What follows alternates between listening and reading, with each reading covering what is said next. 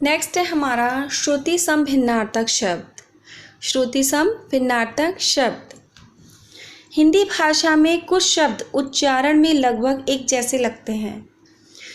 हिंदी भाषा में कुछ शब्द उच्चारण से लगभग एक जैसे लगते हैं, पर उनमें बहुत थोड़ा सा अंतर होता है। सूक्ष्म अंतर से तात्पर्य है बहुत थोड़ा अंतर होता है, और अर्थ से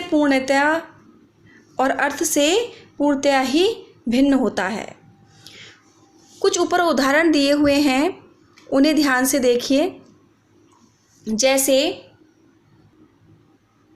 जैसे नौकर ने मालिक का सामान रखा। सामान एक वस्तु है या सामग्री भी कह सकते हैं। मैं बड़ों का सम्मान करता हूँ। सम्मान का अर्थ है आदर से। तो उपयुक्त उदाहरण में समान और सम्मान शब्द सुनने में लगभग एक जैसे लगते हैं। इनकी वर्तनी और उच्चारण में बहुत थोड़ा सूक्ष्म अंतर इन्हें अलग करता है, और अर्थ की दृष्टि से तो दोनों शब्द बिल्कुल ही एक दूसरे से अलग हैं। तो जो शब्द पढ़ने सुनने में लगभग एक समान लगते हैं, पढ़ने में और सुनने में एक जैसे लगते हैं, परंतु अर्थ की दृष्टि से सर्वथा भिन्न होते हैं।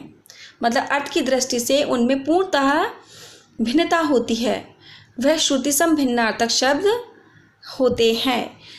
श्रुति सम भिन्नार्थक का तात्पर्य यही है। श्रुति सुनने में समान, लेकिन अर्थक भिन्न, उसके अर्थ में भिन्नता। तो श्रुति सम भिन्नार्थक शब्द या समरूपी भिन्नार्थक शब्द कहलाते हैं। यहाँ कुछ शब्द दिए हुए हैं, देखें, उनका अभ्यास करें। अग्र का अर्थ है आगे और उग्र का अर्थ है तीव्र। अपेक्षा, जिससे कोई अपेक्षा की जाती है या इच्छा की जाती है, जैसे, और तुलना भी होती है।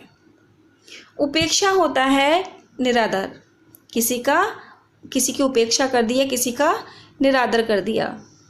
अश्व का अर्थ है घोड़ा। अश्व का अर्थ है पत्थर। अन्न का अर्थ है अनाज और अन्य का अर्थ है दूसरा।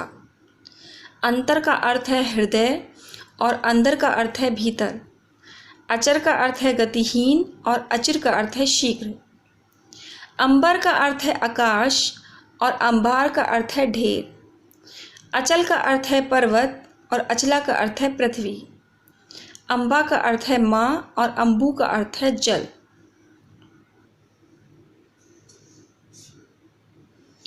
अंश मीन्स भाग और अंश मीन्स कंधा। अज मीन्स ब्रह्मा और अजा मीन्स बकरी।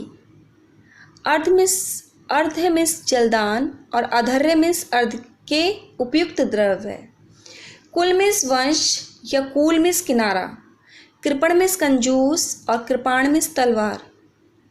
कंकाल का अर्थ है हड्डियों का ढांचा और कंगाल मीन्स होता है दरिद्र, गरीब। कटी कमर, कटी पीपल। कोट पर्वत और कुटी कुटिया। कोश शब्द भंडार और कोश खजाना। खाद्य खाने योग्य पदार्थ। खाद उर्वरक। चपल चंचल, चपला बिजली। जलद बादल। जलधि समुद्र। तरंग लहर और तुरंग घोड़ा। दश डंक। दस। दिन का अर्थ है दिवस और दीन का अर्थ है निर्धन। देव का अर्थ है ईश्वर और दैव का अर्थ है भाग्य।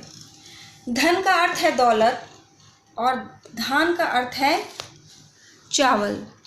नाग का अर्थ है सर्प और नग का अर्थ है पर्वत। निर्धन में होता है गरीब और निधन में होता है मृत्यु। परिणाम फल और परिणाम नमस्कार। पानी जल और पानी हाथ। मास महीना, मास गोश्त। पावन पवित्र और पवन का अर्थ है वायु। पाहन पत्थर और पाहुन मेहमान।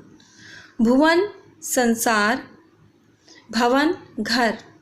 बदन मुख और बदन शरीर। सुर देवता और सूर अंधा। तो इस प्रकार अब आपने जाना है यहाँ पर अनेकार्थक शब्दों को। इन्हें पढ़ें और इनका अभ्यास करें।